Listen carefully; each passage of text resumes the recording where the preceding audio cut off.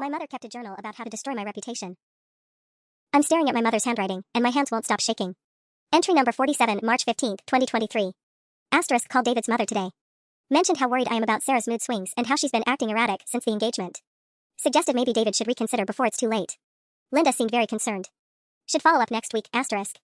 The leather journal sits open on my childhood desk, its pages filled with 3 years of careful, methodical notes about destroying my life. I found it 20 minutes ago while helping Mom clean out the spare bedroom closet. She'd gone to the grocery store, asking me to box up old Christmas decorations. Instead, I'm reading about how she systematically dismantled my engagement to David. Entry number 52, March 28, 2023. Asterisk perfect opportunity at Linda's book club. Share the story about Sarah's financial troubles, mentioned she's been asking me for money constantly. Also brought up how she's been drinking more lately. Made sure to sound worried, not judgmental. Linda looked horrified, asterisk. My vision blurs. Financial troubles? I'd asked to borrow $200 for David's birthday gift because my car had needed emergency repairs. And drinking more? I'd had wine at dinner when she specifically offered it, then she kept refilling my glass. I flipped back to the beginning, my stomach churning. Entry number 1, January 3, 2023. Asterisk Sarah announced her engagement today. David seems nice enough, but she's too happy. Too confident. She needs to learn that life isn't a fairy tale. If I handle this correctly, she'll thank me later for saving her from inevitable heartbreak. Better to control the narrative now, asterisk. The page blurs as tears hit it. I wipe my eyes, but keep reading. Entry number 12, January 24, 2023. Asterisk called Sarah's office today. Spoke to Rebecca in HR, mentioned I'm concerned about Sarah's stress levels affecting her work performance. Said she's been having episodes at home. Rebecca assured me they'd keep an eye on things. Need to be careful not to overplay this, asterisk. That performance review in February. Rebecca's sudden coolness toward me. The way conversation stopped when I entered the break room. I thought I was being paranoid. Entry number 23, February 14, 2023. Asterisk brilliant stroke today. Sent David flowers from Sarah with a card about how sorry she is for her outburst. He called her confused, apparently there was no outburst. Sarah sounded completely baffled on the phone. Seeds of doubt are germinating, asterisk. I remember that call. David asking why I'd sent flowers apologizing for something that never happened. The weird look he gave me when I insisted I hadn't sent them. The way he started watching me more carefully after that, like he was looking for signs of instability. The front door slams downstairs. Sarah? How's the packing going? Mom's voice drifts up the stairs, warm and loving. The same voice that's been poisoning my life for months while smiling at me across dinner tables and signing birthday cards with love always. Fine. I call back, shoving the journal into my purse. Almost done up here. Take your time, sweetheart. I bought ingredients for your favorite soup. My hands are shaking so badly I can barely zip my purse. 3 years of entries. 3 years of phone calls, planted stories, and carefully crafted lies. David broke up with me in April, claiming he couldn't handle my instability and the concerns his family had raised. I'd been devastated, confused, convinced something was wrong with me. I hear her footsteps on the stairs. There's more in this journal. So much more. Job interviews that mysteriously went nowhere. Family members who suddenly became distant. Friends who stopped calling. Sarah? Everything okay up there? I close my eyes and take a breath. Coming, Mom. But first, I'm taking photos of every single page. My phone's camera shutter clicks rapidly as I photograph page after page, my mother's footsteps growing closer. The entries blur together, a masterclass in psychological warfare disguised as maternal concern. Entry number 67, May 2nd, 2023. Asterisk Sarah's interview at Morrison & Associates tomorrow. Called Janet Morrison this morning. We served on the hospital charity board together in '98. Mentioned how proud I am of Sarah but expressed concerns about her reliability issues since her breakup. Janet appreciated the heads up, asterisk. Morrison & Associates. The marketing director position I'd been perfect for. Janet had seemed enthusiastic during our phone screening, then barely made eye contact during the actual interview. I'd chalked it up to nerves, but she'd already been poisoned against me before I'd even walked through the door. Sarah? Mom's voice is right outside the door now. Just finishing up. I snap 3 more photos, my heart hammering. The most recent entries are worse, detailed plans about my current job at Brennan Communications. Entry number 104, September 18, 2023. Asterisk Sarah mentioned the Henderson account presentation next week. Mike Brennan's wife Caroline is in my yoga class. Perfect timing to share my concerns about Sarah's recent episodes and how the stress might be affecting her judgment. Caroline is such a gossip, this will definitely reach Mike, asterisk. The Henderson presentation. I'd worked for 2 months on that campaign, but Mike had suddenly assigned it to Trevor instead, claiming he needed someone more focused for such an important client. I'd been devastated, watching Trevor present my ideas while I sat in the back of the conference room. The doorknob turns. I slammed the journal shut and shoved my phone into my back pocket. Hey, sweetie. Mom peers in, her face the picture of maternal warmth. Silver hair perfectly styled, wearing the lavender cardigan I bought her for Mother's Day. Making progress? Yeah, got most of the Christmas stuff boxed up. My voice sounds surprisingly normal despite my racing pulse. She steps closer, scanning the room. You look a little pale. Are you feeling all right? The concern in her voice is so genuine, so perfectly performed. How many times has she used that exact tone while talking to my employers, my friends, David's family? Worried mother, just trying to help. I'm fine, Mom. You know, Mrs. Patterson mentioned she saw you at the grocery store last week and thought you looked thin. Are you eating enough? I worry about you living alone in that apartment. Mrs. Patterson. Our elderly neighbor who's known me since I was 5. Even she's been recruited into this network of surveillance and concern trolling. I eat plenty. I force a smile. Should we get started on that soup? Of course. She brightens immediately. But first, did you find my reading glasses up here? I thought I might have left them in this room. My blood freezes. Her reading glasses, the ones currently sitting on the nightstand next to where the journal was hidden. No, didn't see any glasses. The lie tastes bitter. She moves toward the nightstand, and I realize with growing horror that there's a bookmark on the floor. A small piece of purple ribbon that must have fallen when I grabbed the journal. She picks up her glasses, then notices the ribbon. That's odd. I thought I put this away. She's looking at the closet now, at the shoebox that's slightly askew on the shelf where the journal was hidden. Her eyes narrow almost imperceptibly, an expression I've seen thousands of times but never understood until now. Sarah. Her voice has changed, dropping the warm maternal tone. Did you need something from my closet? The air in the room shifts. The performance is cracking, and underneath it, I'm seeing something I've never seen before. My mother's real face. The silence stretches between us like a taut wire. Her eyes, cold, calculating, study my face with the precision of a scientist examining a specimen. This isn't my mother anymore. This is the woman who wrote those entries. I was looking for the Christmas garland you mentioned, I say, surprised by how steady my voice sounds. You said it might be on that shelf. She sets her glasses down deliberately, never breaking eye contact. The Christmas garland is in the basement, Sarah. It has been for 15 years. My heart pounds against my ribs. Oh. I must have misunderstood. Must have. She picks up the ribbon bookmark, smoothing it between her fingers.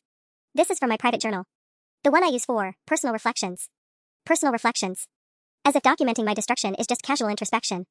I didn't see any journal, Mom. Of course you didn't. She smiles, but it doesn't reach her eyes. Because you wouldn't invade your mother's privacy like that, would you? After everything I've done for you? The gaslighting is starting immediately.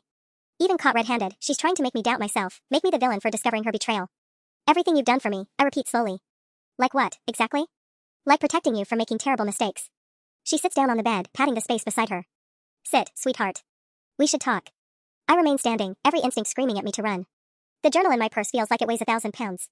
David wasn't right for you, she continues, as if we're having a normal conversation. His family had reservations. I simply helped them voice those concerns before you got in too deep. You lied about me having mood swings. Did I? Her head tilts innocently. Or did I help them see what I saw? You were stressed, Sarah. Erratic. Planning a wedding you couldn't afford to a man whose mother already thought you weren't good enough for her son. Linda Morrison thought I was good enough for her son until you convinced her otherwise. A flicker of surprise crosses her face. I never. Entry number 67. September 2nd. The words tumble out before I can stop them. You called Linda Morrison about my reliability issues before my interview. The mask drops completely. Her face goes blank, empty of all pretense. We stare at each other in the suffocating silence of absolute truth. How much did you read? Her voice is flat, clinical. Enough. She nods slowly, as if filing away this information for future reference. I see. And what do you think you're going to do with this knowledge? The question hangs in the air like a challenge. She's not denying it anymore, not trying to explain it away. She's moving straight to damage control. I don't know yet. Don't you? She stands, smoothing her cardigan. Because I think you do know, Sarah. I think you're going to do exactly what you always do when faced with difficult situations. You're going to overthink it, second-guess yourself, and ultimately decide that maintaining family harmony is more important than whatever momentary anger you're feeling right now. Her confidence is terrifying. She's so certain she knows me, controls me, owns me. After all, she continues, moving toward the door, who would believe you? A young woman with documented mental health concerns and relationship troubles, making wild accusations against her devoted mother? The same mother who's been worried sick about her declining stability?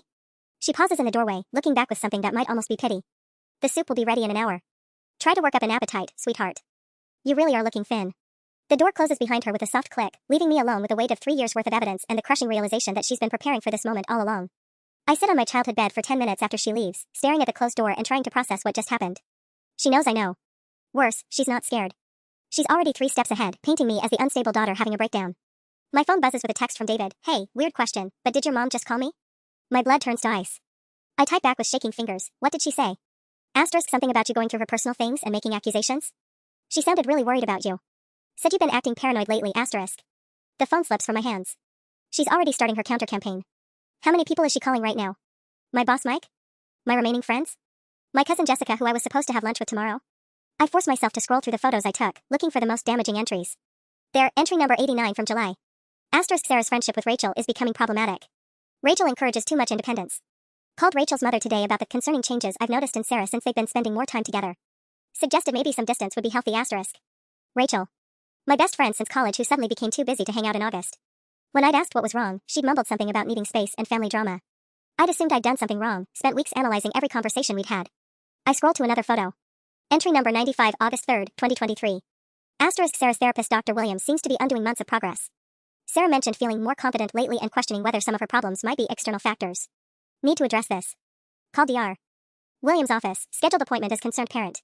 We'll discuss Sarah's family history of mental illness, grandmother's depression, and recent erratic behavior. Dr. Williams, who'd seemed confused during our last session, asking probing questions about my family relationships and whether I was taking my medications properly. I'd been so bewildered, I wasn't on any medications. When I'd told him that, he'd made a note and said we'd circle back to that topic. The house is too quiet. I can hear her moving around downstairs, the soft clink of dishes, the refrigerator opening and closing. Making soup like she hasn't just revealed herself as the architect of my misery. My phone rings. Jessica's name flashes on the screen. Hey, Jess. I try to sound normal. Sarah, I just got the weirdest call from Aunt Linda. Jessica's voice is tight with concern. She said you're having some kind of breakdown? That you're making crazy accusations about your mom? I'm not having a breakdown. She said you've been acting paranoid, going through your mom's private things, making up stories about her sabotaging your life. Jessica pauses. Sarah, you know how much your mom loves you, right? She's been worried sick about you since the David thing. The David thing. As if my destroyed engagement was just some unfortunate incident instead of a calculated assassination. Jess, what if I told you that mom has been lying about me to people? Systematically, for years? Silence. Then, Sarah, honey, I think you need to talk to someone. A professional. Your mom said you stopped seeing Dr. Williams? I didn't stop seeing him. He started acting weird after Mom called his office. She called because she was worried about you. Jessica's voice rises. She said you've been having episodes, forgetting conversations, making up things that didn't happen. Remember the flowers you sent to David apologizing for some fight that never occurred? The room spins. She's not just covering her tracks, she's already convinced everyone that I'm mentally unstable. Every piece of evidence I have will be dismissed as the delusions of a woman having a psychotic break. I have to go, I whisper. Sarah, wait. I hang up and stare at my phone. 3 missed calls from numbers I don't recognize. 2 voicemails. Text messages flooding in from extended family members, family friends, even my old college roommate. She's calling everyone. Right now, while I'm sitting in her house, she's systematically destroying any credibility I might have had left. The journal in my purse feels heavier than ever. Evidence that no one will believe. From downstairs, her voice drifts up, warm and concerned. Sarah? Soup's almost ready, sweetheart. I sit on my childhood bed, watching my phone explode with messages from people I haven't heard from in months. The irony isn't lost on me. Mom has managed to get more people to contact me in the last 30 minutes than I've spoken to all year. A text from my cousin Mark in Seattle. Aunt Linda called. Really worried about you. Want to talk? Another from Mrs. Chen, my old boss from 3 years ago. Your mother reached out about your struggles. Here if you need support. Even my college professor Dr. Martinez. Sarah, your mother contacted me about references for mental health resources. Please call if you need anything. How does she even have all these numbers? I scroll through contact after contact, realizing the scope of her network. Every Christmas card address, every graduation invitation, every casual mention of a new job or old friend, she's been building a comprehensive database of my life. The photos on my phone show entry number 34. Maintaining detailed contact list of Sarah's professional and personal connections. Important to establish concerned mother narrative with each relationship tier, family, immediate worry, friends, concerned observations, professional, reluctant disclosure of private matters. Timing is crucial. She's been planning this contingency for years. My laptop is still in my car.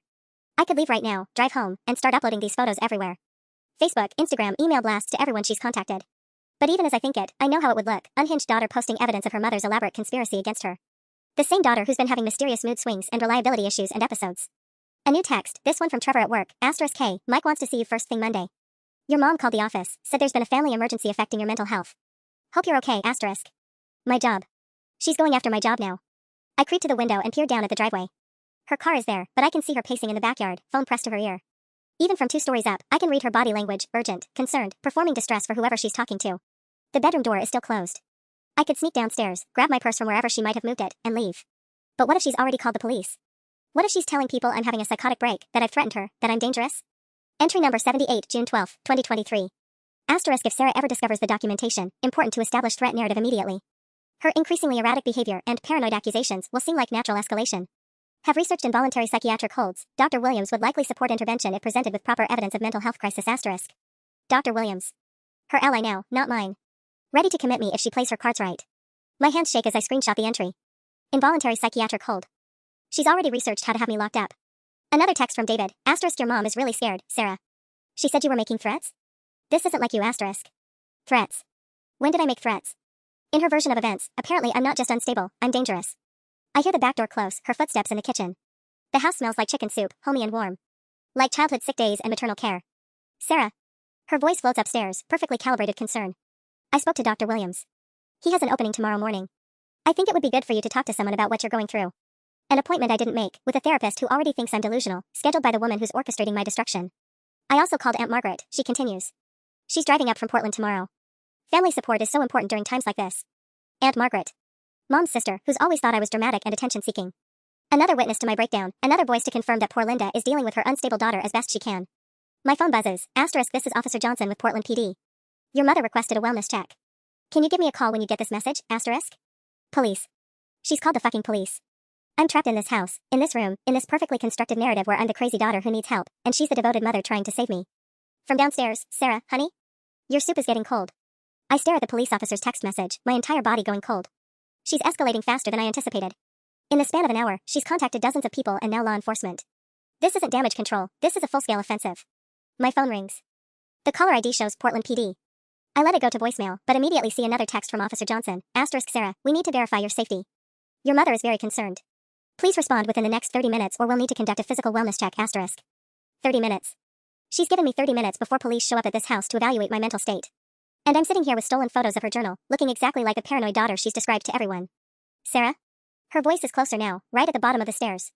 Officer Johnson called me back. He said you haven't responded to his messages. Sweetheart, you're scaring me. The performance in her voice is flawless, maternal worry with just a hint of fear. She's probably practiced this exact tone.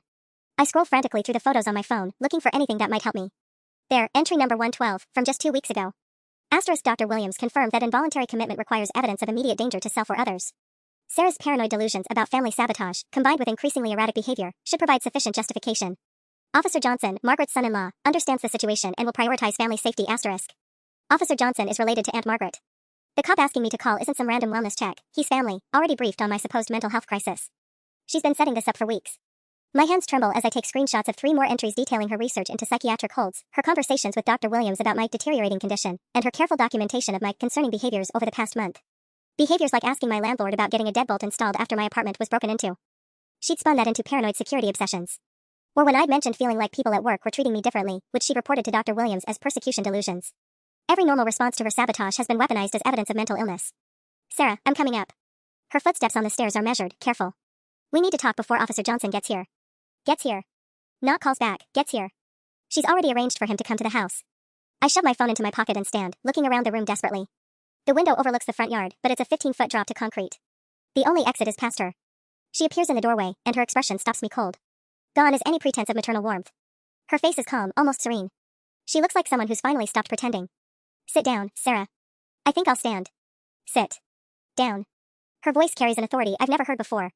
We have about 20 minutes before Mike gets here, and there are things you need to understand. Mike. Officer Johnson's first name is Mike. She's not even trying to hide the familiarity anymore. You read my journal, she continues, settling into the desk chair like she's conducting a business meeting. And now you think you have some kind of leverage. But what you actually have is evidence that your mother has been documenting your decline in mental health for 3 years. Your journal is evidence that you've been lying about me to destroy my life. Is it? She tilts her head. Or is it evidence of a concerned mother tracking her daughter's increasingly erratic behavior? Look at it from an outside perspective, Sarah. A young woman who's been having relationship problems, job difficulties, social isolation. Her worried mother keeps careful notes about concerning incidents, trying to find patterns that might help. The reframing is so smooth, so logical. For a moment, I can almost see it from that perspective. The flowers to David. A confused gesture from someone under stress. I documented your explanation, which made no sense.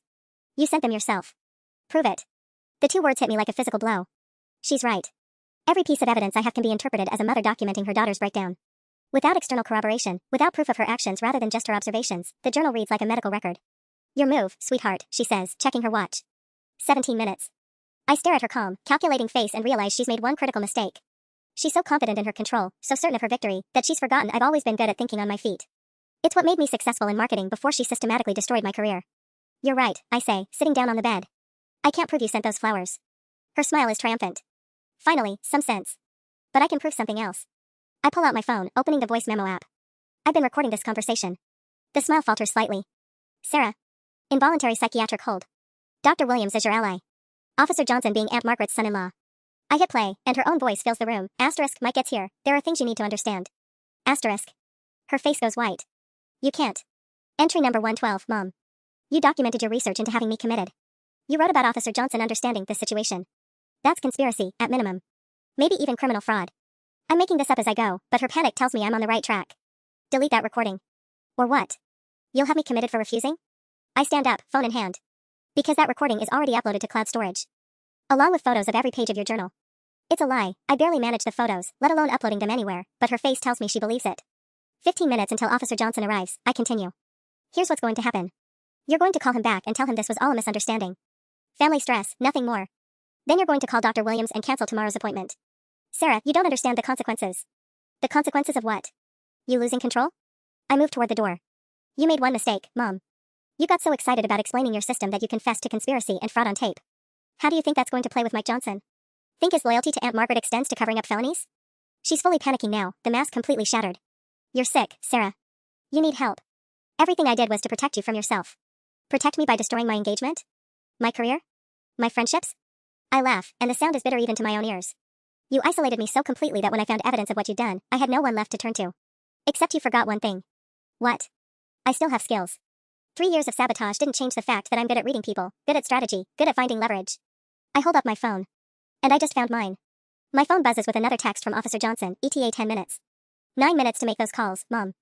I head for the door. Or I play this recording from Mike Johnson and see how quickly your concerned mother act falls apart under police scrutiny. Wait. Her voice stops me at the threshold. When I turn back, she looks smaller somehow, deflated. What do you want?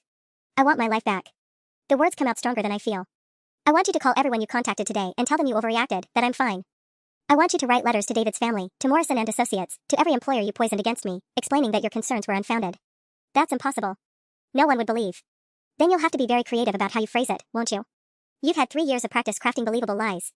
She stares at me for a long moment, and I can almost see her recalculating, looking for another angle of attack.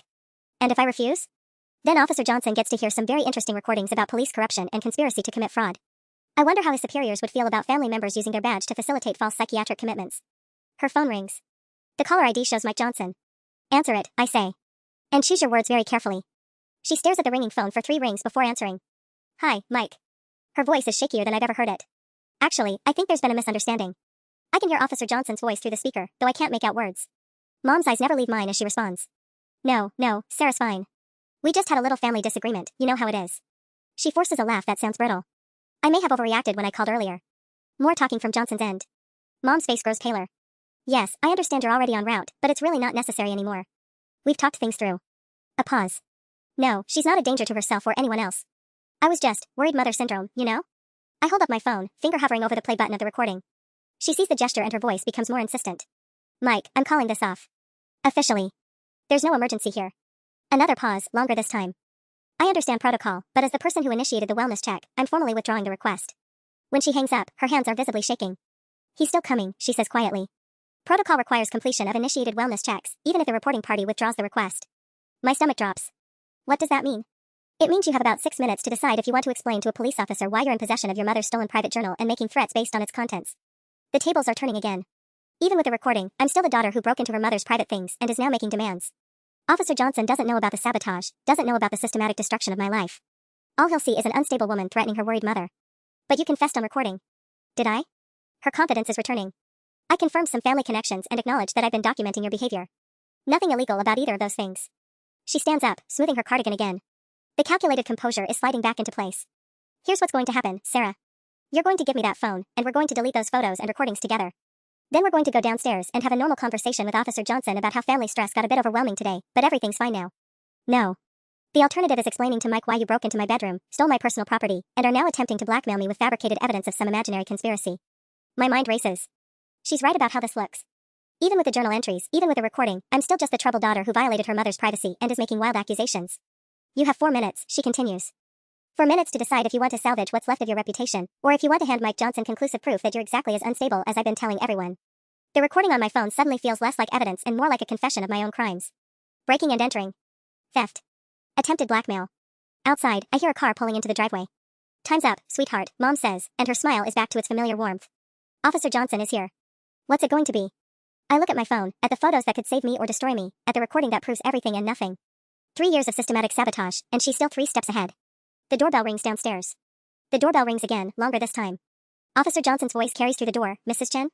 This is Officer Johnson with Portland PD. Mrs. Chen? I stare at my mother. Your name is Linda Chen now? Her face flashes with irritation. I remarried last year. Harold Chen. You'd know that if you ever paid attention to anyone but yourself. Another piece clicks into place. The entries about Harold's connections at the hospital board and Chen family influence in local business circles. She hasn't just been rebuilding her life, she's been upgrading her network. Sarah. Her voice drops to an urgent whisper. Give me the phone. Now. Ma'am? Officer Johnson calls out. I need to speak with you about the wellness check request. Instead of handing over my phone, I do something that surprises us both. I head straight for the stairs. Sarah, no. She lunges after me, but I'm already halfway down. I reach the front door before she catches up, my heart hammering as I turn the deadbolt. Officer Johnson stands on the porch, tall, mid-30s, with kind eyes that immediately remind me of Aunt Margaret. He's holding a clipboard and looks more concerned than suspicious. Officer Johnson? I'm Sarah. I understand my mother called you. Sarah. Mom appears behind me, slightly breathless. Her composure is cracked but holding. I was just explaining to Officer Johnson that we resolved our little disagreement. Johnson's eyes move between us, trained to read family dynamics. Ma'am, I still need to complete the wellness check. Standard protocol. He looks at me directly. Sarah, your mother expressed concerns about your mental state and potential self-harm. I need to ask you a few questions. Of course. I step aside to let him in, ignoring Mom's sharp intake of breath. Would you like some coffee? My mother just made soup. The normalcy of the offer seems to surprise him. Whatever he was expecting based on Mom's calls, I'm not matching the profile. That's very kind, but I'll keep this brief. He pulls out a small notepad. Mrs. Chen mentioned that you've been experiencing some paranoid thoughts lately? Accusations about family members? I glance at Mom, whose face has gone carefully neutral. She's watching me like a hawk, waiting to see which version of myself I'll present to Officer Johnson. I discovered some things today that upset me, I say carefully. Family secrets that I wasn't supposed to know about. It led to a heated conversation. What kind of secrets? Johnson's pen hovers over his notepad. This is the moment. I can hear Mom's breathing beside me, shallow and controlled. She's calculating how much damage I can do versus how crazy I'll sound. Officer Johnson, can I ask you something first? I pull out my phone, opening the photos. In your experience, what would you call it if someone systematically contacted a person's employers, friends, and romantic partners to spread false information about their mental health and reliability? His eyebrows furrow. That would potentially be harassment, defamation, maybe conspiracy depending on the scope and intent. Sarah, Mom's voice carries a warning. You're having another episode. But Officer Johnson is looking at my phone screen now, at the clear photo of journal entry number 67 about Morrison and Associates. His expression changes as he reads.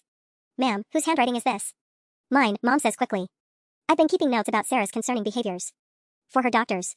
This entry is dated September 18, 2023, Johnson reads aloud. It says you contacted someone named Caroline Brennan about your daughter's episodes affecting her work judgment. Mrs. Chen, were you documenting your daughter's behavior, or were you documenting your own actions to interfere with her employment? The distinction hits like a thunderbolt. I hadn't thought about it that way, but he's absolutely right. She wasn't recording my behavior, she was recording her sabotage. I was trying to help, Mom starts. Ma'am, I need you to stop talking for a moment. Johnson's voice has shifted into official mode. Sarah, how many entries like this do you have? 112, I say, scrolling through my photos. Dating back 3 years. Detailed plans to sabotage my engagement, my career, and my relationships. Including research on how to have me involuntarily committed. Johnson's face hardens. Mrs. Chen, I need to see this journal. You don't have a warrant. I don't need a warrant for evidence voluntarily provided during a wellness check. His tone is ice cold now. Sarah, where's the original journal? I look at Mom, whose face has gone completely white. In her purse. Mrs. Chen, I'm going to need you to produce that journal voluntarily, or I'll be calling this incident in as potential elder abuse, harassment, and fraud. Your choice. The irony is perfect. She called the police to have me committed, and instead, Officer Johnson is reading her detailed confession to 3 years of systematic psychological abuse. This changes everything, he mutters, still reading. Sarah, I need to ask, do you feel safe in this house right now? Do I feel safe? I look at Mom's face, pale, calculating, still searching for an angle. Honestly? No. But not because I'm going to hurt myself. Because she's been systematically destroying my life for 3 years, and getting caught has only made her more desperate. Officer Johnson flips through more photos on my phone, his jaw tightening with each entry. Mrs. Chen, this documentation shows premeditated interference with employment, relationships, and medical care. That's not maternal concern, that's criminal harassment. You don't understand, Mom says, her voice taking on that familiar concerned tone. Sarah has been declining for years. Everything I did was to prevent her from making terrible mistakes. Ma'am. Johnson's voice cuts through her explanation. Entry number 89 shows you deliberately contacted someone named Rachel's mother to sabotage your daughter's friendship. Entry number 95 indicates you misrepresented information to her therapist. These aren't protective actions, they're calculated interference. I watch Mom's face cycle through expressions, shocked that her own words are being read back to her, anger that her authority is being challenged, and something else. Fear, maybe, but not the kind she's been performing all day. Real fear that her carefully constructed world is collapsing. I want to call my lawyer, she says finally. That's your right, Johnson replies, closing my phone and handing it back. But first, I need that journal. The original documentation. She hesitates, clutching her purse against her chest like armor. For a moment, I think she might refuse, force him to arrest her to get it. Then her shoulders sag, and she opens the purse with trembling hands. The leather journal looks smaller in Officer Johnson's hands, less threatening somehow. But when he opens it and starts reading her actual handwriting, his expression grows darker. Jesus Christ, he mutters under his breath. Mrs. Chen, this is incredibly detailed. You have phone numbers, conversation scripts, timing strategies. He looks up at her. How long have you been planning this? Planning what? But her voice lacks conviction now. The systematic psychological abuse of your daughter. The words hang in the air like a physical blow. Because that's what this is, ma'am. This journal documents 3 years of deliberate psychological warfare. Mom's carefully constructed facade finally cracks completely. She needed to be taught that life isn't a fairy tale. That people will disappoint you, that trusting too easily leads to heartbreak. I was preparing her for reality. By creating a false reality where everyone she trusted turned against her. By showing her what people are really like when she stops mid-sentence, realizing she's confessing to exactly what Johnson accused her of. The silence stretches uncomfortably. Outside, a neighbor's dog barks, and I can hear the distant hum of afternoon traffic. Normal sounds from a normal world that feels incredibly far away right now. Sarah, Johnson says finally, I need to ask you directly, do you have somewhere safe to stay tonight? Away from this house? The question catches me off guard. I'd been so focused on exposing her that I hadn't thought about what comes next. My apartment suddenly feels compromised. How many times has she been there when I wasn't home? Does she have a key I don't know about? Yes. I can stay with friends. What friends? The ones she systematically alienated? Rachel, who won't return my calls? David, who thinks I'm having a breakdown? Good, Johnson continues, making notes. Mrs. Chen, I'm recommending that you have no contact with your daughter while we investigate these allegations. No phone calls, no visits, no third-party contact through family members. You can't keep me from my own daughter. Ma'am, I can and I am. Sarah, do you want to press charges? The question I've been avoiding all day lands like a physical weight. Press charges against my own mother. Make this official, public, permanent. I need time to think about it. Johnson nods, closing the journal. Take all the time you need. But Sarah? Document everything from here on out. If she tries to contact you, if any family members relay messages, if you notice any suspicious activity around your workplace or apartment, document it all. As if reading my thoughts, he adds, and change your locks. Today. 3 hours later, I'm sitting in a hardware store parking lot, staring at a bag of new deadbolts and trying to figure out who to call. Officer Johnson's words keep echoing, do you have somewhere safe to stay? The honest answer is no. I scroll through my contacts, seeing 3 years of systematic isolation laid bare. Rachel's number might as well be deleted, she won't even take my calls anymore. My college roommate Jenny moved to Boston 2 years ago. The few work friends I had been poisoned by Mom's careful campaign of concern. My phone buzzes with a text from an unknown number. Sarah, this is David. Got your number from directory assistance. Officer Johnson called me. I think we need to talk. David. Whose mother received detailed reports about my supposed mood swings and financial troubles. Whose family was systematically convinced I was unstable before I ever had a chance to defend myself. I text back, about what? About the fact that my mother just called to apologize for misunderstanding your mother's concerns. She seemed confused about why she'd been so worried about you in the first place. My heart stops. Mom is already doing damage control, trying to walk back 3 years of lies before I can expose the full scope of her campaign. But she's moving too fast, being too obvious about it. I call David before I lose my nerve. Sarah. His voice is cautious but not hostile. This is really weird, but my mom is acting like she never had concerns about you. She keeps saying she misremembered conversations with your mother. David, can I ask you something? Do you still have the apology flowers? What apology flowers? The ones I supposedly sent in February. With a card about being sorry for my outburst that never happened. Long pause. Jesus. You really didn't send those, did you? I really didn't. Check the florist receipt if you still have it. I guarantee you'll find my mother's credit card, not mine. Another pause, longer this time. Sarah, if what that cop told me is true, if your mom really has been. He trails off. Systematically sabotaging my life for 3 years? Yes. She documented it all in a journal like some kind of psychological warfare manual. That's insane. That's actually insane. His voice is rising. Do you know how many fights we had because of things my mother said about you? How many times I questioned my own judgment because she seemed so convinced you were unstable, unreliable, having episodes. The words taste bitter. She had a whole system, David. Different approaches for family versus friends versus employers. My mother said your mom called her today and said she'd been overprotective and might have mischaracterized some situations. He laughs bitterly. Mischaracterized. Like she didn't spend months convincing my entire family that you were mentally ill. I close my eyes, feeling something I haven't felt in months, validation. Someone believes me. Someone else sees the pattern. David, I need to ask you a huge favor. Name it. Can I stay in your guest room tonight? Just tonight, while I figure out next steps. I know it's weird given everything, but... Sarah, you don't even have to ask. Come over whenever. And bring whatever evidence you have. I want to see exactly what she wrote about us. After I hang up, I sit in the parking lot for another few minutes, processing the conversation. Mom made a critical error by trying to retract her lies too quickly. David's mother went from months of deep concern to sudden amnesia in a single afternoon. Even the most trusting person would find that suspicious. My phone rings again. This time it's a number I recognize, Morrison and Associates. My heart pounds as I answer. Sarah? This is Janet Morrison. I received the strangest call today from Melinda Chen, claiming to be your mother. She wanted to clarify some concerns she'd expressed about your work reliability. The thing is, Sarah, I have no record of any previous conversation with this woman. My mouth falls open. What do you mean no record? I mean I never spoke to her before today. But she seemed to know details about your interview with us, things that weren't public. Sarah, I think someone has been impersonating your mother to interfere with your career opportunities. The pieces clicked together with stunning clarity. The Linda Chen who called Janet Morrison wasn't my mother, it was someone else entirely. Someone using Mom's new married name and detailed knowledge from the journal to make sabotage calls. My mother hasn't been working alone. Janet, I need to ask you something important. Can you describe the voice of the woman who called you? Older, maybe 60s? Very polite, well-spoken. She had a slight accent, southern, maybe? Why? My blood turns to ice. Mom doesn't have a southern accent. She's lived in Portland her entire life. What exactly did this person tell you about me? She said she was calling as a character reference, but then mentioned concerns about your stress-related reliability issues and some recent family incidents that had affected your judgment. Sarah, it was very convincing. She knew details about your resume, your previous work at Brennan Communications, even mentioned specific projects she'd worked on. Information that was all documented in Mom's journal. Someone else has been reading it, using it to make calls mom couldn't make herself. Janet, I think you should know that I never had a mother named Linda Chin call you. My mother's name is Linda Morrison, she only recently remarried. And I believe someone has been systematically interfering with my job prospects using stolen personal information. That's identity fraud. Sarah, you need to report this to the police. After I hang up, I call Officer Johnson immediately. Johnson. Officer Johnson, it's Sarah Morrison. I just discovered something important about my mother's journal. I don't think she's been making all these sabotage calls herself. What do you mean? Janet Morrison at Morrison and Associates, she received a call today from someone claiming to be Linda Chen, my mother's new married name. But she said the woman had a southern accent. My mother doesn't have an accent. I hear papers shuffling on his end. That would explain some inconsistencies I've been noticing. Your mother's journal documents phone calls made during times when phone records show she was at work or other verifiable locations. We assumed she was making calls during breaks, but if someone else was making calls using her identity. Officer Johnson, how would someone else know all these details about my life? Two possibilities.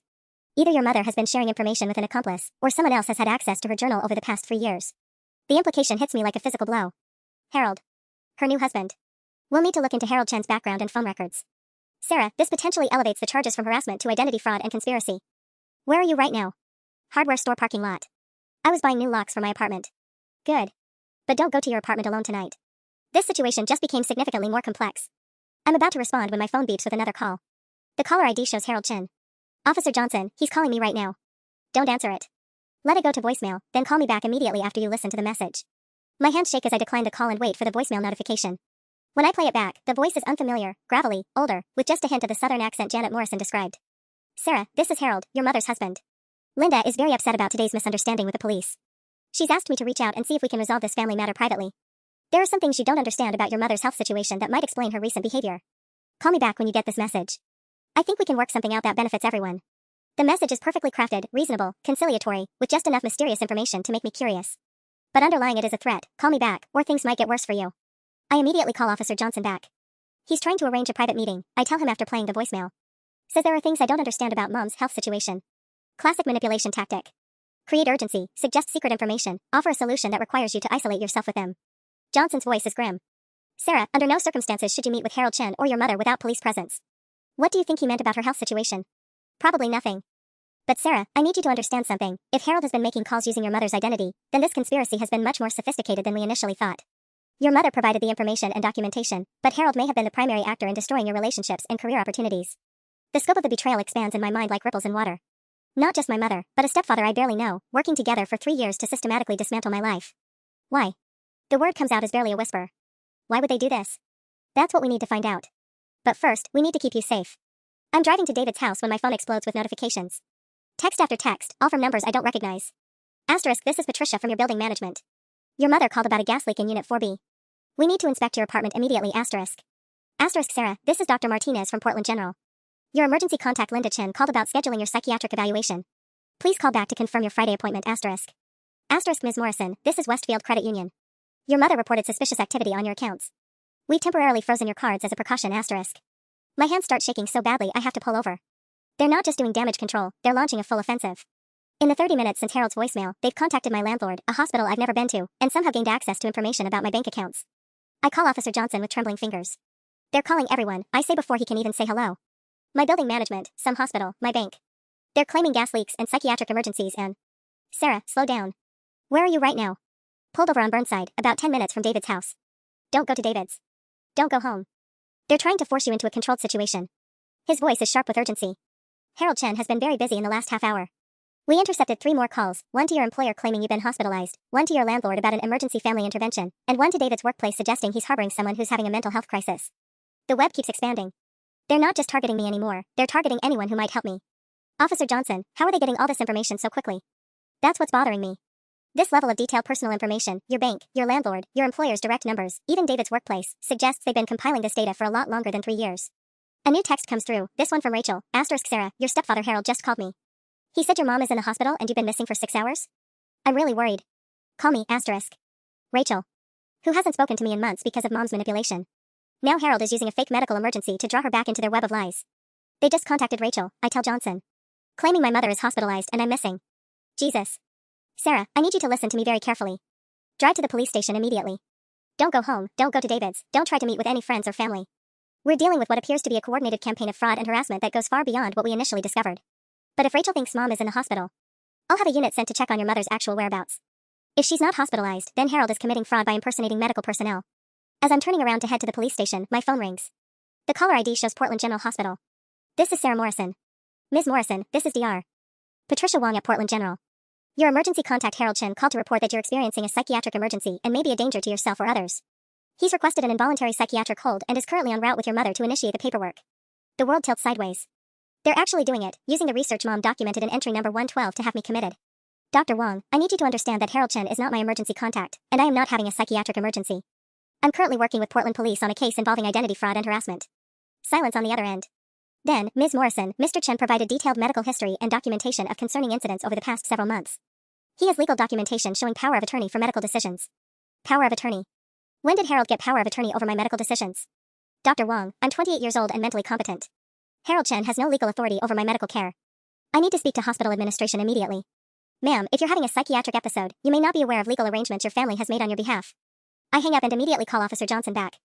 They're at Portland General right now, I say, my voice barely controlled. Harold somehow has power of attorney for my medical decisions. They're trying to have me involuntarily committed based on the journal documentation. That's impossible. Power of attorney requires your signature and witnesses. Then they forged it. Sarah, get to the station now. I'm dispatching units to Portland General immediately. As I speed toward the police station, another text comes through, this one from David, *Sarah, some guy named Harold called my boss claiming I'm hiding someone who's been reported missing by her family. I think I'm about to get fired. What the hell is happening, *? They're destroying everyone who tries to help me, systematically cutting off every possible support system. Even David, who just agreed to let me stay with him, is now facing professional consequences for trying to help. Another call, this one from a number I don't recognize. Ms. Morrison? This is Jennifer Walsh, Harold Chen's attorney. My client would like to resolve this family dispute amicably. He's prepared to withdraw the psychiatric hold paperwork in exchange for your agreement to family mediation and a signed statement acknowledging your recent emotional instability. A lawyer. They have a lawyer standing by, ready to negotiate my freedom in exchange for admitting I'm mentally unstable. Tell your client he can go to hell. Ms. Morrison, I should mention that Mr. Chen has documentation spanning 3 years of concerning behavior patterns. If this proceeds to legal action, that documentation will become part of the public record. Your employer, your landlord, your professional references, everyone will have access to detailed accounts of your mental health struggles. The threat is crystal clear. Submit to their control, or they'll destroy what's left of my reputation permanently. I can see the police station ahead now, its parking lot filled with patrol cars. Safety, finally. But my phone keeps buzzing with new texts, new calls, new people being dragged into Harold and Mom's web of lies. How many more people will they destroy to get to me? I make it to the police station parking lot, but my hands are shaking so badly I can barely turn off the engine. My phone has 17 missed calls and 43 text messages from the last 20 minutes alone. Every contact in my life is being systematically weaponized against me. Officer Johnson meets me at the entrance, his face grim. Sarah, we have a problem. Harold Chen isn't at Portland General. What do you mean? I mean the man claiming to be Harold Chen who's trying to have you committed isn't your mother's husband. The real Harold Chen has been in Sacramento since Tuesday, visiting his daughter from his first marriage. I just got off the phone with him. The ground seems to shift under my feet. Then who? That's what we need to figure out. But Sarah, whoever this person is, he's got access to incredibly detailed information about your life, your mother's journal, and somehow obtained forged power of attorney documents that look legitimate enough to fool hospital intake. Inside the station, Johnson leads me to a small conference room where the real scope of the conspiracy becomes clear. The walls are covered with printouts, phone records, call logs, timeline charts. We've been tracking the calls made in the last 4 hours, he explains. 17 different institutions contacted, all by someone claiming to be either Harold Chen or Linda Chen. But here's what's interesting, the calls came from 6 different phone numbers, suggesting multiple people working in coordination. Multiple people? My voice comes out as a croak. Sarah, this isn't just your mother and stepfather. This is organized. Professional. Someone with resources and connections and detailed knowledge of how to manipulate institutional systems. Detective Maria Santos enters the room, carrying a thick folder. She's younger than Johnson, with sharp eyes that miss nothing. Ms. Morrison, I've been reviewing your mother's journal with fresh perspective. The level of detail about institutional procedures, the specific language used to trigger concern responses, the knowledge of legal loopholes for psychiatric commitments, this suggests someone with professional experience in mental health systems. What kind of professional experience? Social work, hospital administration, maybe psychiatric nursing. Someone who understands exactly which phrases trigger mandatory reporting, how to manipulate intake procedures, how to make informal concerns sound like official medical observations. She opens the folder, revealing photocopies of Mom's journal entries I hadn't seen before. Entry number 23 mentions establishing baseline documentation for future legal proceedings. Entry number 67 references institutional memory creation across multiple contact points. This isn't someone documenting erratic behavior, this is someone with training in building legal cases. The implications crash over me. You think my mother has professional training in this? Or her accomplice does? Detective Santos slides another document across the table. We ran background checks on everyone in your mother's immediate circle. Linda Chen worked as a psychiatric intake coordinator at Mercy General from 1995 to 2003. She knows exactly how these systems work. But she told me she was a bookkeeper. She was, after 2003. But those 8 years gave her comprehensive knowledge of how to manipulate psychiatric emergency protocols. Santos points to specific entries in the journal. Look at the language here, presenting symptoms consistent with paranoid ideation, documented pattern of persecution delusions, family history of mental illness requiring intervention. This is clinical terminology. Officer Johnson leans forward. Sarah, we think your mother has been planning this specific outcome, involuntary psychiatric commitment, for the entire 3 years. Everything else was preparation. Preparation for what? Legal guardianship, Detective Santos says quietly. If you're committed as mentally incompetent, she can petition for legal control over your finances, housing, medical decisions, even employment. The journal documents a systematic campaign to establish legal justification for taking complete control of your adult life. My phone buzzes with a new text, this one from my bank, *MS. Morrison, your legal guardian Linda Chen has requested access to your accounts for medical expense management. Please confirm authorization by responding yes *. They're already trying to access my money, I whisper, showing them the text. Don't respond, Johnson warns. But this confirms our theory. Sarah, I need you to understand, if they succeed in having you committed, even temporarily, it establishes legal precedent for guardianship proceedings. Your mother isn't trying to destroy your life. She's trying to legally own it. Detective Santos stands up, collecting the files. We're treating this as organized fraud now, possibly racketeering. But Sarah, they're still out there, and they're getting desperate. The fake Harold Chen is still making calls, your mother is still working her contacts, and we don't know how many other people might be involved. What do I do? You disappear, Johnson says simply. Not permanently, but until we can arrest everyone involved. No social media, no contact with friends or family, no going home. We have a safe house protocol for fraud victims, but you'd need to stay completely offline for probably a week. A week of letting them destroy everyone who tried to help me? David's already facing job consequences. Rachel thinks my mother is hospitalized. How many more people get hurt while I hide? Sarah, Detective Santos says gently, how many more people get hurt if they succeed in having you committed? Because once that happens, everything they built over 3 years becomes legally validated. Every lie becomes evidence. Every person they've turned against you becomes a witness to your incompetence. My phone rings again. The caller ID shows Portland General Hospital, but now I know it's not actually the hospital calling. This time, I answer it. Hello, Dr. Wong, I say, my voice steady despite my racing heart. Ms. Morrison, we need you to come in immediately. Your family has provided additional documentation about your deteriorating mental state, and we have legal obligation to. Actually, I interrupt, I'm sitting in Portland Police Station right now with Detectives Johnson and Santos, discussing the organized fraud case you've just become an accessory to. Would you like to speak with them about your legal obligations? The line goes dead immediately. Detective Santos grins. That was risky, but smart. Now we know they're monitoring incoming calls to gauge your location and mental state. Sarah, Johnson says, checking his phone, we just got word that the real Linda Morrison Chen was found unconscious in her home 30 minutes ago. Paramedics are saying possible drug overdose. She's being transported to Mercy General. What? My blood turns to ice. Is she? She's alive, but unconscious. And Sarah? The timing is very suspicious. Either your mother tried to harm herself when she realized the conspiracy was unraveling, or someone wanted her silenced before she could implicate other people. Are you saying someone tried to kill my mother? I'm saying this case just became attempted murder. I stare at Detective Santos across the hospital waiting room, my mother's journal heavy in my lap. After 6 hours of emergency surgery, the doctors finally have answers.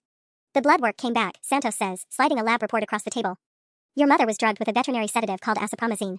Someone force-fed her enough to cause respiratory depression, but not enough to kill her. Veterinary sedative? Harold Chen, the real one, works as a veterinary supply distributor. He has legitimate access to controlled substances for animal clinics. She points to a highlighted section. But Harold's been in Sacramento since Tuesday. Someone else used his access codes to order acepromazine on Thursday morning. Officer Johnson joins us, looking exhausted. We arrested the fake Harold 30 minutes ago. His real name is Marcus Webb, your mother's ex-boyfriend from 2019. Turns out he's been living in her basement for 8 months. The pieces click together with horrible clarity. That's why she remarried Harold so quickly. She needed his credentials and access, but Marcus was the one making the calls, using Harold's identity. It gets worse, Johnson continues. Marcus has been recording your mother's phone calls for 2 years. When she started having second thoughts about the psychiatric commitment plan last week, he decided she was becoming a liability. Second thoughts? Detective Santos opens another file. We found her real journal, Sarah. The one she kept hidden from Marcus. Listen to this entry from 6 days ago, *I can't do this anymore. Sarah almost died in that car accident Marcus arranged by calling in a fake gas leak to force her out of her apartment at night. This has gone too far. I need to find a way to stop him without admitting what we've done, *. My hands shake as the full scope becomes clear. Marcus tried to kill me? The gas leak call to your building management on Tuesday, Johnson confirms. There was no gas leak. He was trying to force you out at 11 p.m., knowing you'd have to drive across town in that storm. When you didn't crash on the freeway, he escalated to the psychiatric commitment plan. But why? Why would Marcus want to control my life? Santos slides another document across the table. Life insurance policy, taken out by your mother in 2021. $2 million, with Harold Chen as beneficiary, but Marcus has been impersonating Harold for financial transactions. If you were declared mentally incompetent and subsequently died in psychiatric care, he'd inherit everything through the forged power of attorney documents.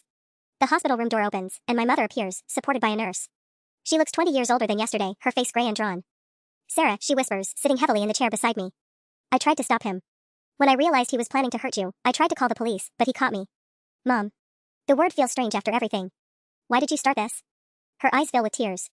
After your father left, I was so angry at the world for taking my happiness away. When I met Marcus, he understood that anger.